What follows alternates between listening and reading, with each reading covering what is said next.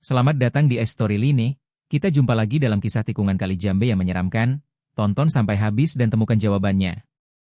Jangan lupa like, komen, share, dan subscribe channel ini untuk kisah-kisah misteri dan horor yang lebih mencekam. Nyalakan lonceng notifikasi agar tidak ketinggalan. Langit Kali Jambe malam itu tampak kelabu, tertutup awan pekat seolah menahan sesuatu yang tidak ingin diketahui manusia. Jalan lintas desa yang membelah hutan itu mulai sepi selepas pukul 9 malam. Damar, seorang pengemudi ojek online, melaju pelan di atas motornya setelah menurunkan penumpang terakhirnya di dekat hutan sisi utara. Rasa tak nyaman menyergapnya sejak ia memasuki jalan itu. Kabut turun lebih cepat dari biasanya, tebal dan putih seperti kapas basah. Ia menyalakan lampu jauh motornya, tapi cahaya itu hanya menembus beberapa meter ke depan. Suara jangkrik mendadak hilang. Sunyi. Terlalu sunyi untuk daerah yang biasanya riuh oleh suara malam. Tiba-tiba, dari kejauhan, terdengar denting lembut suara gamelan. Irama itu lirih, seolah dimainkan jauh di dalam kabut, pelan namun memikat. Damar mengernyit. Ia memperlambat motornya. Gamelan di tengah hutan? Siapa yang main musik Jawa tengah malam begini? Semakin ia melaju, suara itu semakin jelas, seperti mengundangnya untuk datang. Denting bonang, kendang, dan siter berpadu harmonis, menyusun lagu tradisional Jawa yang begitu halus tapi juga ganjil. Irama itu tidak terdengar ceria, justru mendayu dan membuat bulu kuduk meremang. Tubuh Damar menggigil, entah karena hawa malam atau firasat buruk. Dia sempat ingin putar balik, tapi jalan di belakangnya tiba-tiba tertutup kabut pekat. Gamelan itu kini terdengar seolah ada di sekelilingnya. Suara-suara kecil mulai terdengar, seperti bisikan di balik pepohonan. Damar menatap kaca spion, dan ia melihat bayangan seseorang duduk membelakanginya, di jok belakang. Ia membanting setang motor ke samping, membuat kendaraannya oleng dan nyaris tergelincir. Sosok itu menghilang begitu saja. Nafas Damar memburu, matanya liar mencari penjelasan. Tapi yang ia lihat hanyalah kabut, dan lebih banyak kabut. Ia mencoba menyalakan motornya kembali. Mesin sempat batuk beberapa kali sebelum akhirnya menyala. Ia berusaha berpikir logis. Mungkin tadi cuma ilusi optik. Tapi suara gamelan itu masih terdengar. Bahkan kini iramanya seperti berubah, lebih cepat, lebih gelap. Terdengar seperti tarian pemanggil arwah, bukan musik biasa. Ia kembali menatap ke arah jalan yang akan ia lewati. Namun yang ia lihat di sana membuat jantungnya hampir berhenti. Di tengah jalan berdiri barisan sosok berpakaian adat Jawa. Wajah mereka pucat, mata melotot tanpa cahaya. Tubuh Damar kaku. Para sosok itu tidak bergerak, tapi gamelan terus berdentang. Ia ingin berteriak, tapi suaranya tertahan. Kabut semakin menebal, dan dari sela-sela pohon, bayangan lain mulai muncul. Anak-anak kecil berlarian tanpa suara, wanita-wanita berkebaya berjalan mundur dengan kepala tertunduk. Salah satu di antara mereka perlahan mengangkat wajahnya, dan Damar dapat melihat mata itu hitam legam, tak berkelopak. Sosok itu menunjuk ke arahnya. Dalam hitungan detik, seluruh barisan yang semula diam kini mulai bergerak cepat menuju Damar, berlari tanpa suara, melayang di atas tanah. Ia menjerit, memutar gas motornya sekuat tenaga, dan melaju menembus kerumunan kabut yang menggila. Suara gamelan makin keras, nyaris memekakkan telinga, seperti dimainkan oleh ratusan tangan gaib. Ia berhasil keluar dari kabut dan mendapati dirinya sudah berada di jalan raya utama, dengan lampu jalan menyala temaram. Nafasnya masih tersengal, tangan gemetar memegang setang. Tapi suara gamelan itu belum berhenti. Ia masih bisa mendengarnya samar-samar, entah dari mana. Saat Damar sampai di rumah dan masuk ke kamar, suara itu terdengar lagi, kali ini dari dalam telinganya sendiri. Ia menangis. Ia tidak tahu apakah dirinya masih waras.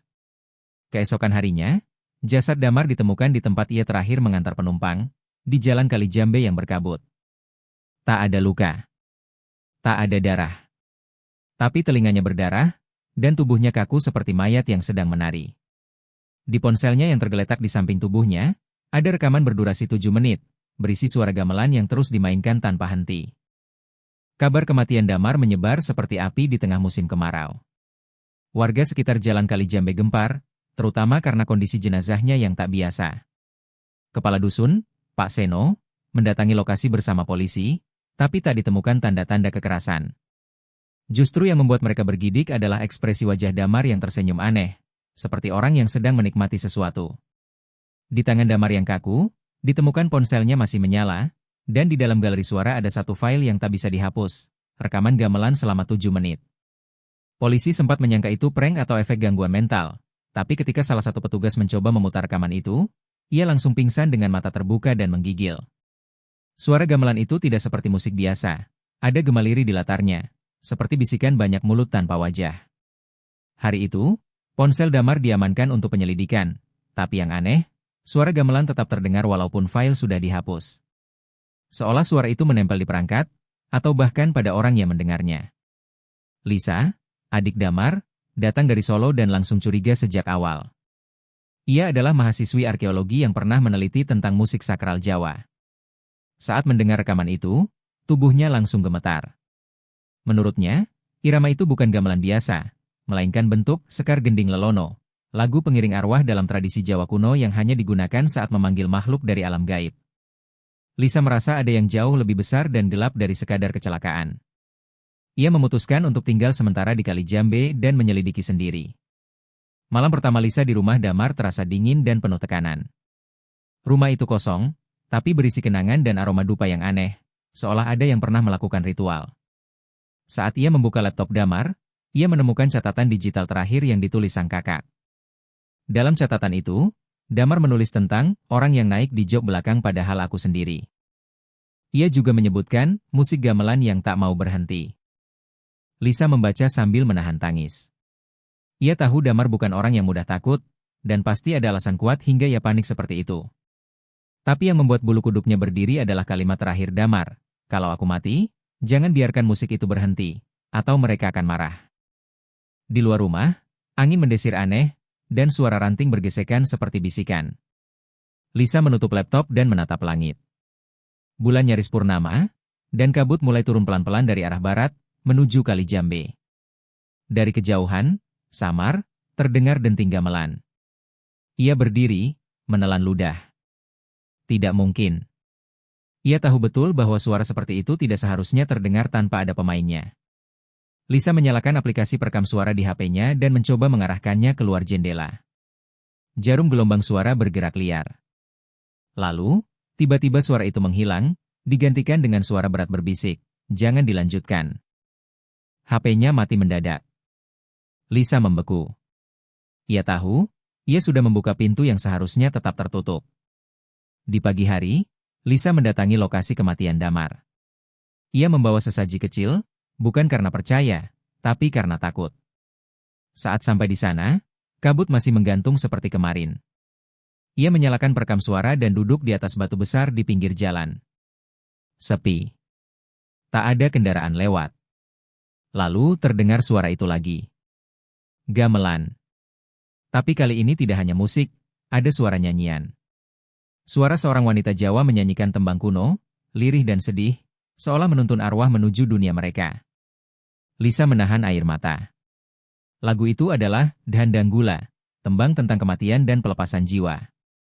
Tapi iramanya pelan-pelan berubah, menjadi cepat, rusak, dan menggelegar. Kamera HP Lisa menangkap kilatan putih lewat di belakangnya.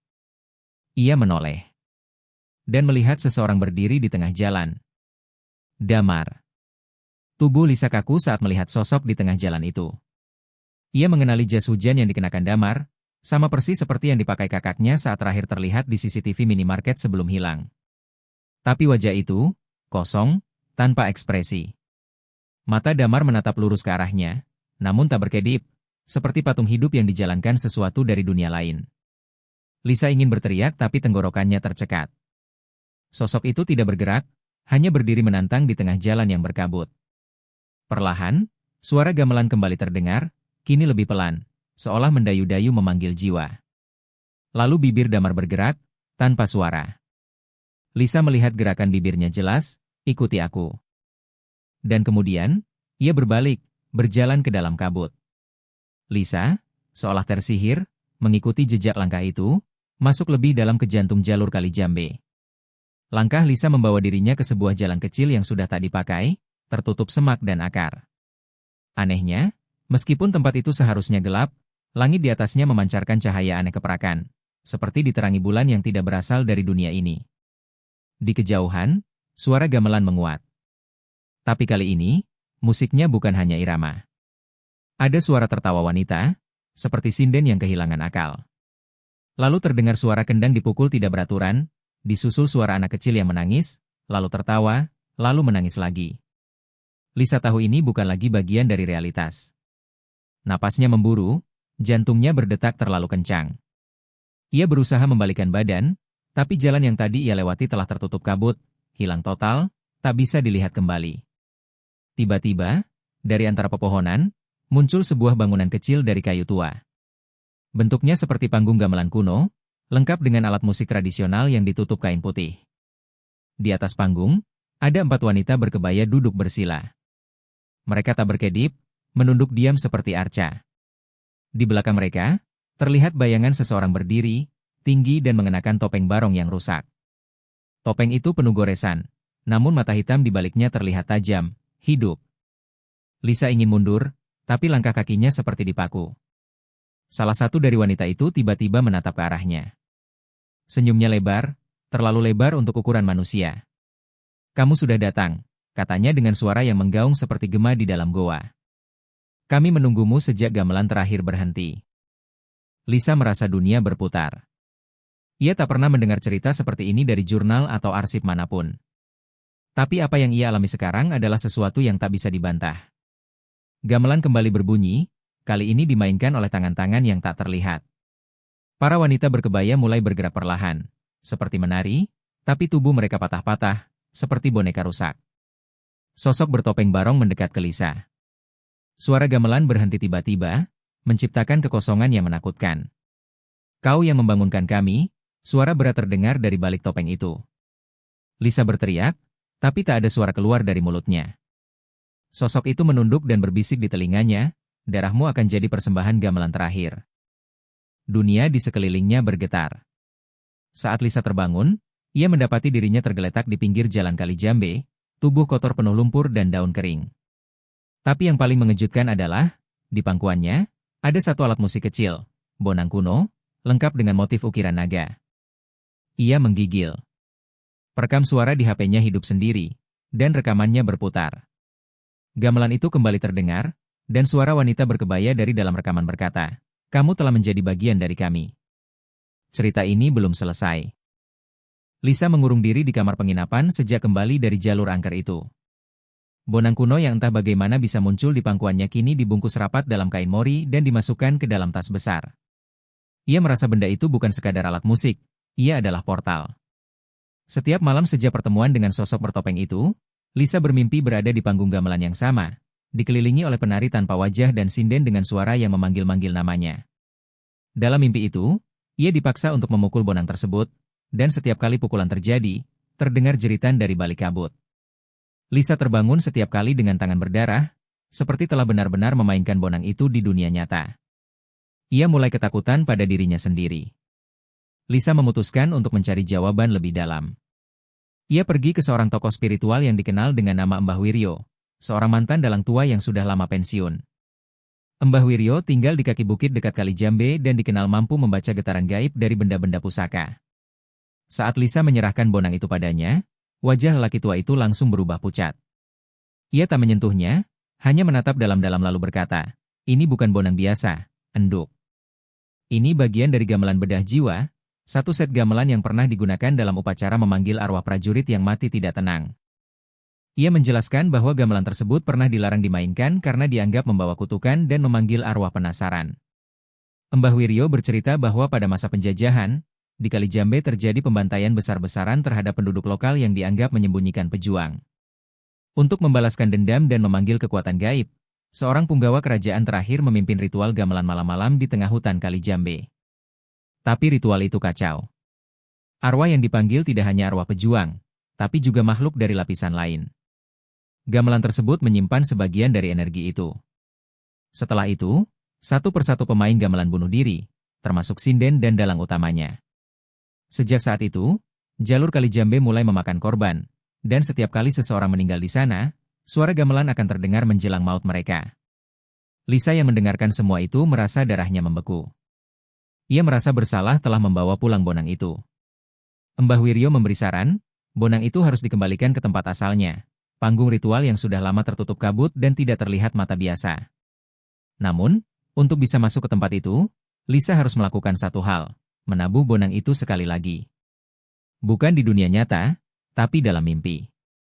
Mbah Wiryo akan membimbingnya dengan ritual tidur khusus. Lisa, yang sudah merasa semuanya di luar logika, akhirnya setuju. Malam itu, di rumah Mbah Wiryo, ia tidur di atas tikar pandan dengan dupa menyala dan mantra kuno dilantunkan perlahan. Dunia mimpinya mulai bergeser.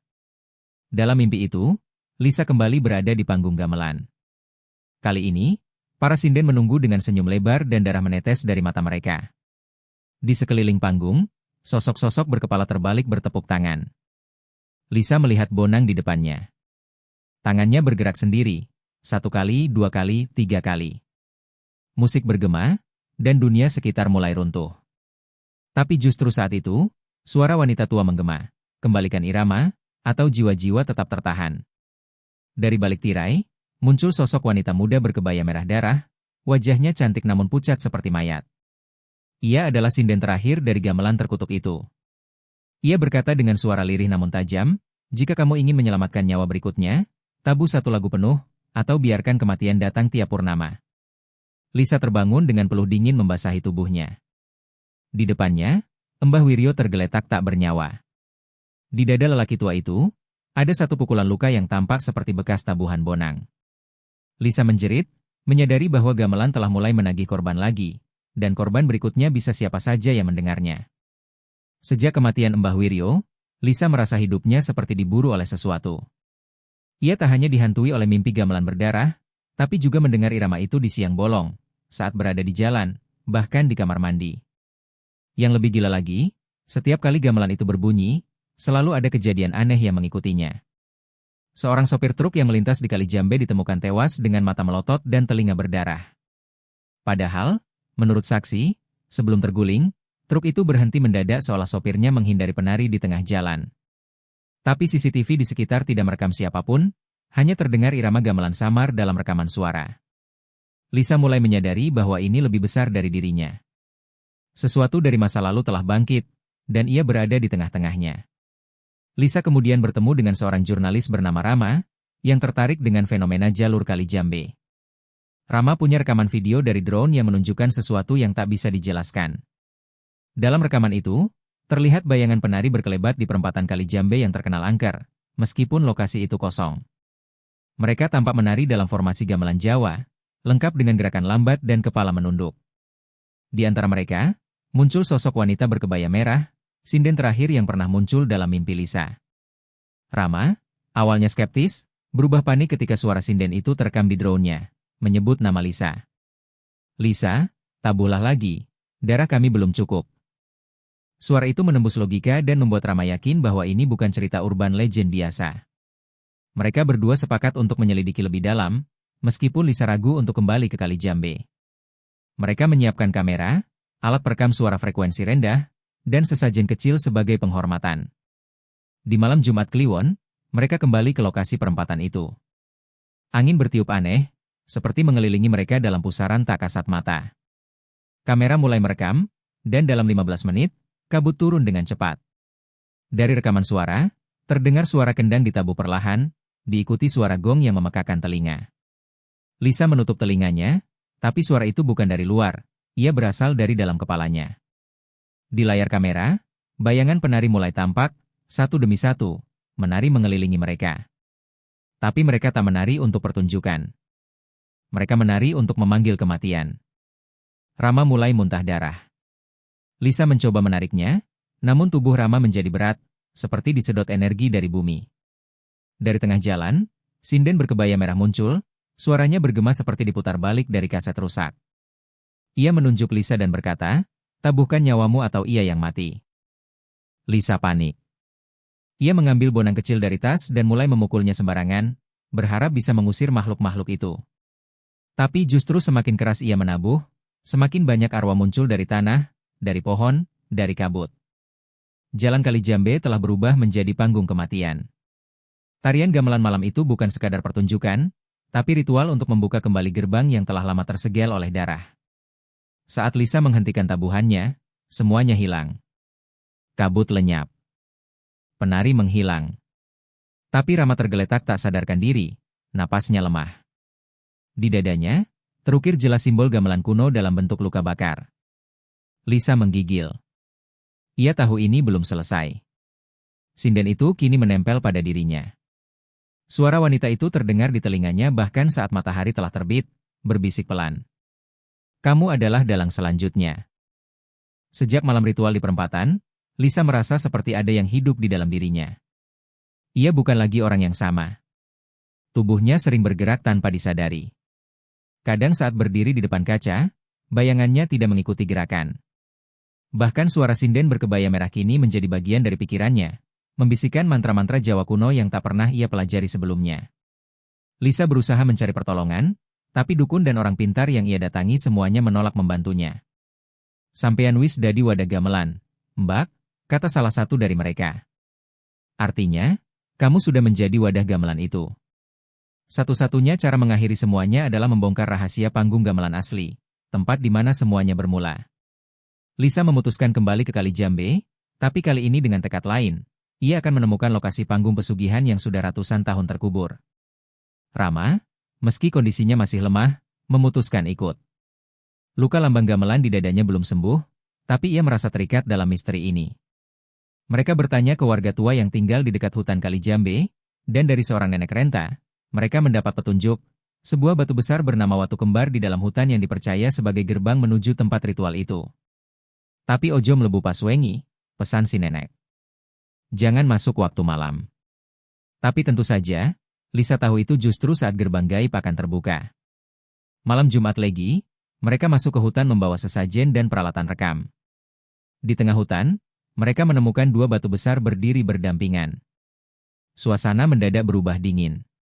Angin tidak berhembus, tapi daun-daun bergetar seperti ada yang berjalan di atasnya. Ketika Lisa menginjak tanah di antara dua batu itu, dunia di sekitarnya berubah. Tiba-tiba mereka sudah berada di tengah panggung gamelan kuno, dikelilingi penonton tak bernyawa. Mayat-mayat duduk rapi, lengkap dengan pakaian zaman kolonial. Di tengah panggung, gamelan lengkap tertata rapi, berlumur darah dan abu. Sinden berkebaya merah berdiri sambil memegang wayang berwajah Lisa. Selamat datang, dalang baru, ucapnya. Panggung ini sudah menunggumu selama 100 tahun. Kamu akan memainkan lakon terakhir, Goro-Goro Jiwa. Lisa gemetar. Sinden itu menjelaskan bahwa panggung ini diciptakan oleh seorang dalang yang menjual jiwanya kepada iblis untuk menciptakan pertunjukan paling sakral dan menyeramkan. Tapi pertunjukan itu gagal karena satu sinden menolak ikut, menyebabkan kutukan menyebar ke seluruh Kali Jambe. Lisa, sebagai keturunan sinden yang dulu melarikan diri, dipilih untuk menyelesaikan lakon itu, dengan atau tanpa kemauan dirinya sendiri. Wayang-wayang di depan panggung mulai bergerak sendiri. Lakon dimulai, dan Lisa harus memainkan gamelan atau mati. Dengan tangan gemetar, Lisa mulai menabuh. Irama pertama terdengar seperti tangisan bayi, lalu suara jeritan orang terbakar, disusul bunyi kuda berlari dan tombak tertancap. Setiap nada seperti membuka lapisan neraka satu demi satu. Penonton mayat mulai bersorak dan menari. Rambut mereka berjatuhan, kulit mengelupas. Tapi Lisa tidak bisa berhenti. Tangannya dipaksa terus bergerak oleh kekuatan tak kasat mata. Di sisi panggung, Rama berteriak, namun suaranya lenyap di telan tabuhan.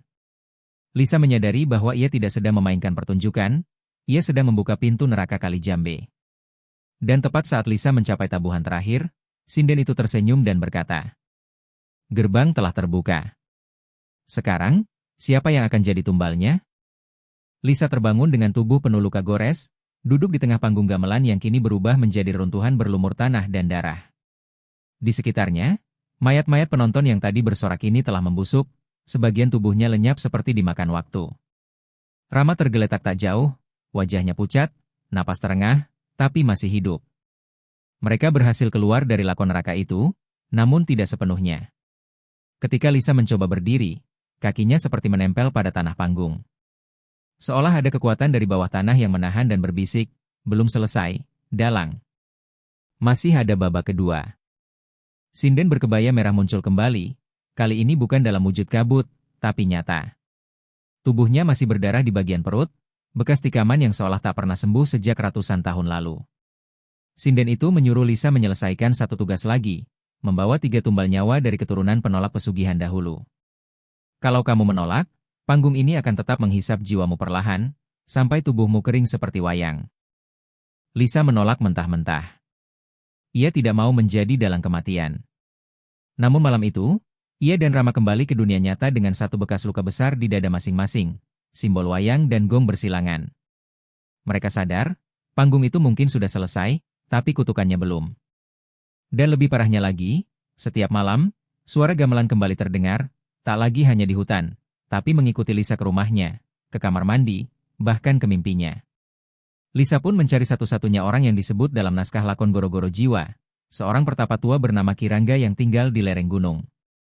Konon, Kirangga adalah cucu dari dalang pertama yang memulai pesugihan Kali Jambe. Saat mereka menemui Kirangga, lelaki itu sudah menunggu. Matanya tertutup kain hitam, tubuhnya dibalut jubah putih, dan di hadapannya ada sesajen berisi kepala burung gagak. Panggungnya telah terbuka lagi, ya, ucapnya lirih. Tanda-tanda kiamat kecil pesugihan Kali Jambe sudah dimulai. Kirangga mengatakan bahwa suara gamelan bukan hanya suara arwah, melainkan panggilan dari dalam hitam, sosok iblis yang dulu memberikan kekuatan pada sang dalang pertama.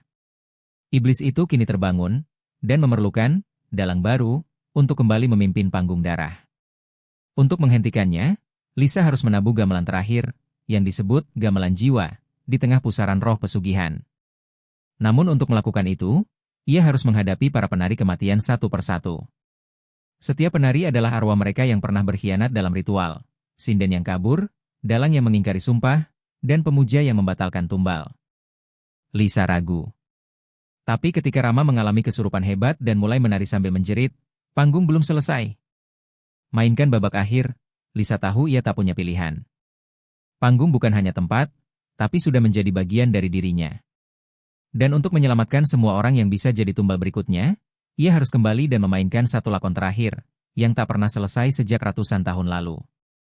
Di akhir malam, Lisa menatap bulan purnama dari balik jendela rumahnya. Suara gamelan kembali terdengar, kali ini makin jelas. Ia tak perlu alat rekam lagi, karena suara itu kini bersemayam dalam jiwanya. Di kaca jendela, bayangan sinden berkebaya merah muncul di belakangnya dan berbisik pelan. Satu nyawa lagi, dan panggung akan abadi. Lisa kembali ke Kali Jambe, ditemani Kirangga dan Rama yang tubuhnya kini makin lemah akibat pengaruh kutukan. Di malam Jumat Kliwon, mereka berjalan ke tengah hutan di mana panggung pesugihan dulu berdiri. Tapi kali ini, panggung itu tak terlihat. Yang ada hanya tanah kering berlumut dengan kabut pekat menyelimuti udara. Kirangga menancapkan sebuah tongkat kayu tua ke tengah tanah dan membacakan mantra panjang. Panggil dia, Lisa. Tabuh gamelan yang kamu dengar dalam mimpi, perintahnya. Lisa memejamkan mata, dan dengan jemari hayalan, ia mulai menabuh gamelan yang tak terlihat. Ajaibnya, suara tabuhan itu bergema di udara, dan dari tanah muncul satu persatu gamelan berwarna hitam mengilap, bersimbah darah. Panggung itu akhirnya bangkit dari perut bumi, lengkap dengan patung-patung penonton bermata kosong yang perlahan hidup kembali. Mereka tak bergerak, hanya menatap tajam ke arah Lisa, seolah haus pertunjukan. Dari balik kabut, muncullah para penari kematian. Wujud mereka menyeramkan, ada yang tanpa wajah, ada yang kepalanya digantikan topeng wayang rusak, dan tubuh mereka bergerak patah-patah seperti tulang dipaksa hidup kembali. Mereka menari mengelilingi Lisa, menciptakan lingkaran maut. Kirangga memerintahkan Lisa agar jangan berhenti menabuh, karena jika gamelan itu diam sejenak, para penari akan mendekat dan merobek jiwanya. Lisa menabuh gamelan dengan gemetar.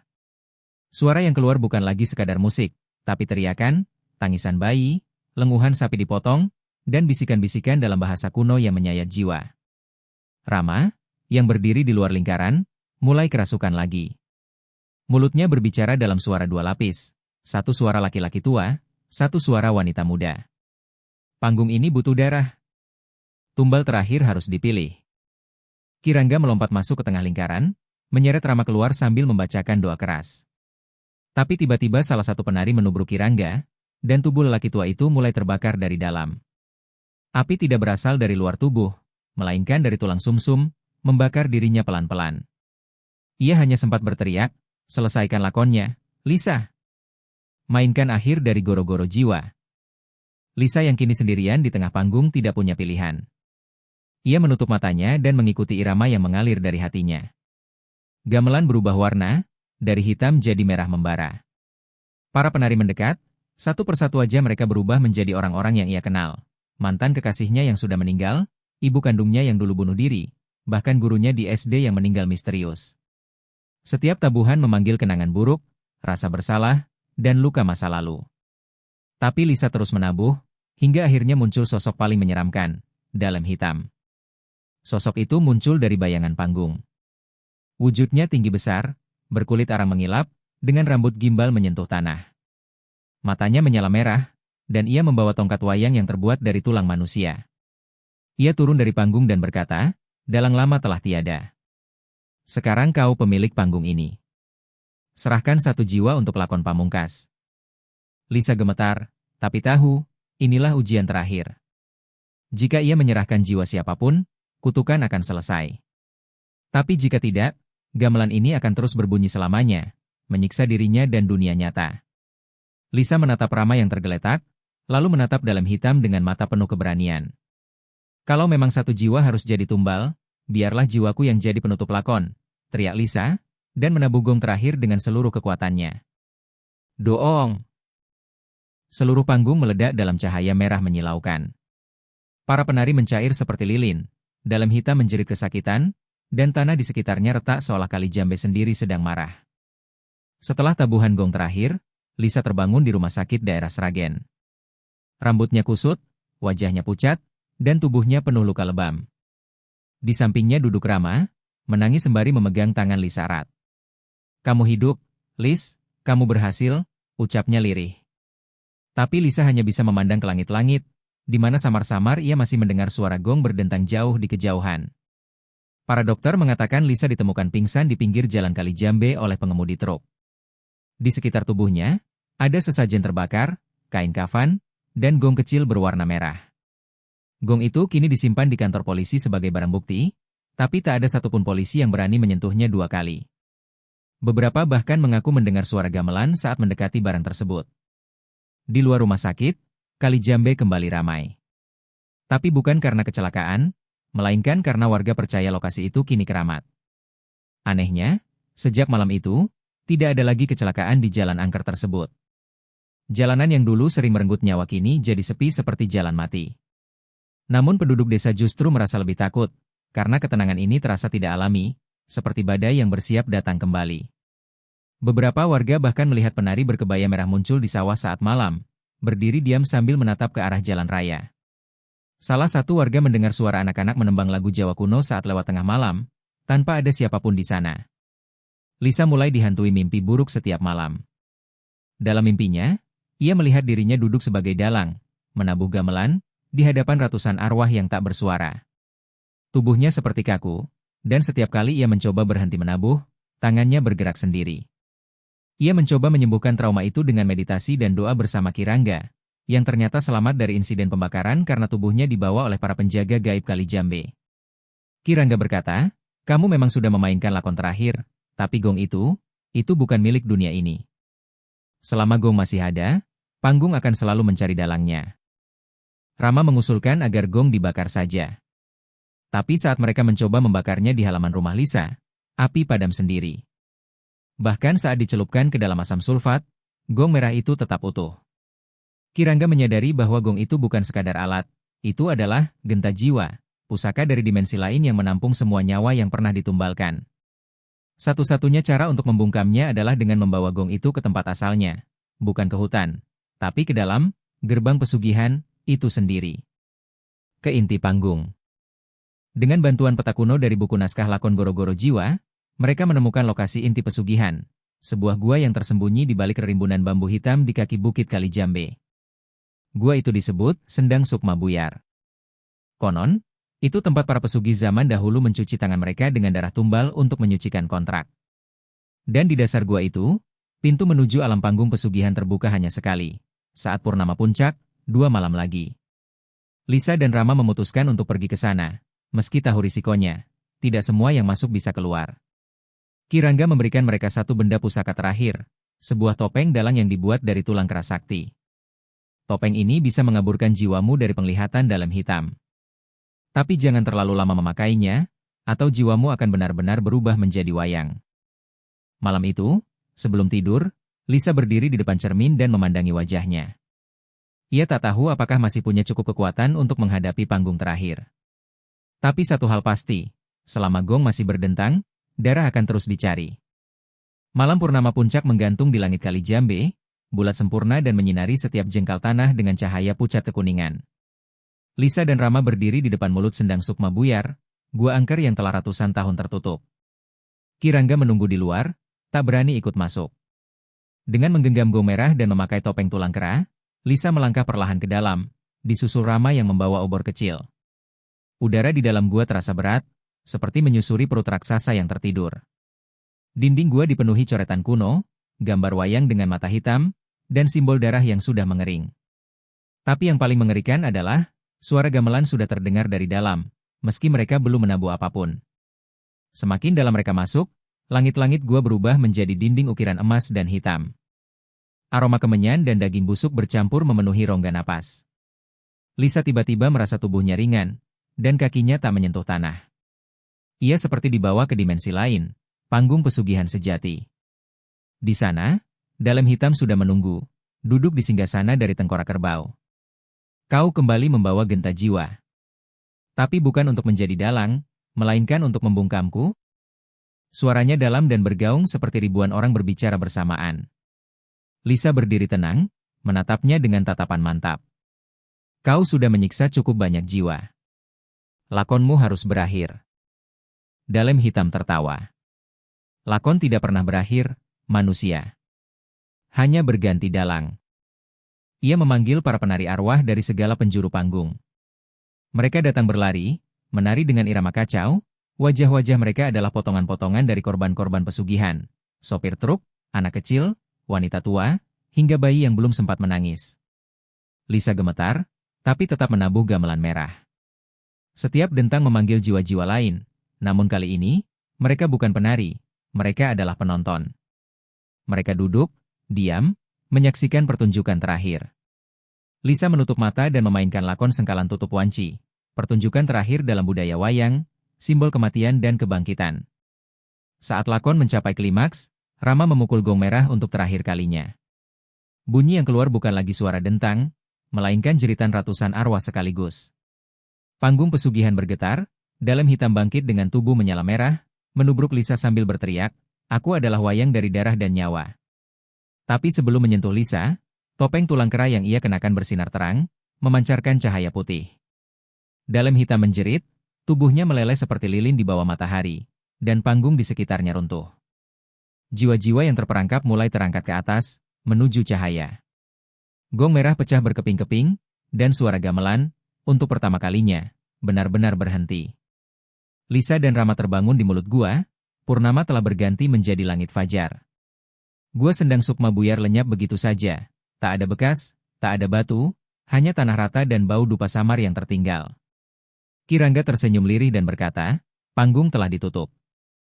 Tapi ingat, dalang bisa mati, tapi lakon bisa selalu ditulis ulang oleh manusia tamak. Mereka pun meninggalkan Kali Jambe, membawa luka batin yang tak akan pernah sembuh sepenuhnya. Namun setidaknya, kutukan pesugihan untuk sementara telah dibungkam. Namun, beberapa bulan kemudian, sebuah video viral muncul di media sosial. Seorang anak kecil di desa Kali Jambe memainkan gamelan mainan, dan dalam rekaman itu, terdengar samar-samar suara penari tertawa di latar belakang.